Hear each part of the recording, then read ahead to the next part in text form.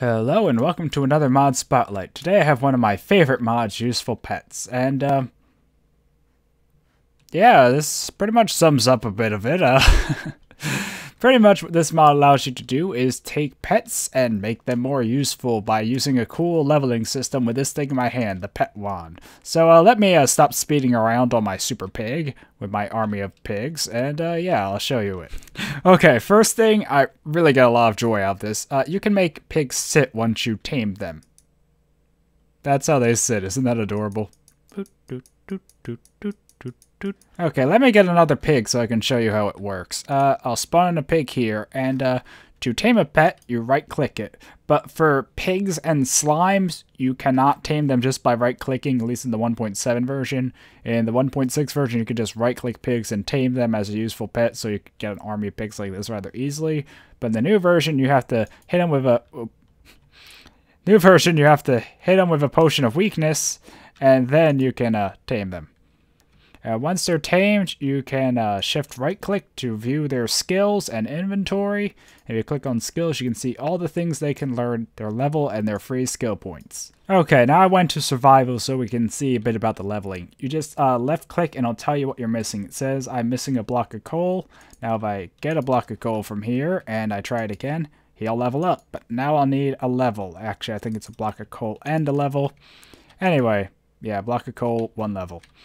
But that's how the leveling system works. You can go in here, shift right click and spend your skills and unlock different features. Depending on the type of pet, they'll have different things unlocked by default, like the pig has increased run speed and mountable by a saddle. The ocelot scares away creepers. The wolf has the attacking, and I think the slime probably has one of the jumping things. But you can still teach pets the skills that they don't learn by default. So I could still teach these to a wolf or a slime or a cat. However, there is a cap on skill points. Let me just level it up real quick to the max level in creative here. Okay, it's at the max level now, which is 25. So I can go through here and pick out any of the traits I want. Now, so you see on this pig over here that I made earlier, I gave it all the inventory. So it has a 3-slot inventory. It got another 3 slots. And it will pick up items if it has an inventory. It will eat from its inventory. It will eat the basic food along with plants. I gave it the armor trait to reduce its damage taken, immune to fire, immune to drowning and suffocation, immune to fall damage. All the speed boosts. It will be able to jump, it can swim, and it can swim underwater. As well as repel all the mobs. The other ones, as you can see here, are different ones for eating. I also gave it the health boost, and it also can get different combat traits. So for this one, let's show you more of the combat traits. The first one is attacking. It will deal the damage of a wooden sword. Now I can upgrade it so it will learn inventory. That's one I need for these. Now it can equip armor and equip weapons. This will make it hostile so it automatically will attack. Then I can make its attack stronger. Since it's going to be in combat, I probably should give it the food ability, and I'll stick it to carrots, and the health boost. And just to note, some of these you can only get at certain levels, and of course some require other ones, like, you know, a little progression of inventory there. Let's just get the inventory and pickup.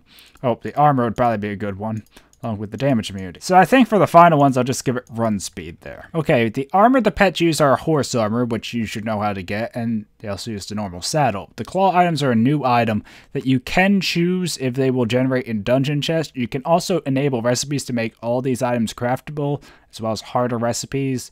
By default, I think they use like a diamond. The hard version would use like a block of diamond. And you can also choose if you start with the pet wand here. If you don't want to start with it, it's made simply like that. Okay, now let's gear up our pet here by giving it saddle, its claw. There we go. So now it's all battle ready. Oops, I have to take off the saddle so I can make it stand. There we go. So it should be all battle ready. And this feature doesn't work for the pig, but there is a way to swap textures. I'll show you that later. I'm pretty sure the wolf has it. Okay, I tried spawning creepers, but apparently pets don't like to attack them. So let's try spiders. So yeah, you can see how powerful the pet can be when you get the upgrades. Can't seem to get it up in the tree though. Huh. There we go. As you can see, I think the bottom bar, it's its health. I can't be sure. But it will eat carrots from its inventory to heal. So yeah, let's try a mob a little tougher. Okay, first let's try a blaze here.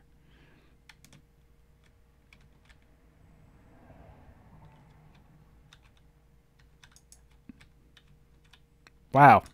So yeah, you can see how powerful you can actually make the pets once you get the good upgrades. Not only does it have good armor, it also has, man, this pig's just destroying everything. Anyway, you can see how powerful you can make these pets now once you level them up. Although I should mention the costs do get gradually harder.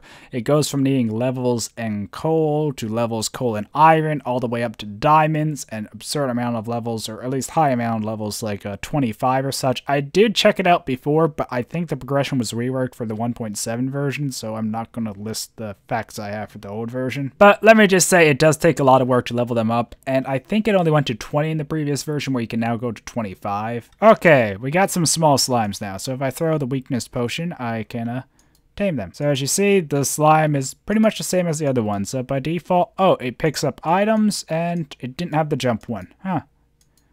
Also eats that by default.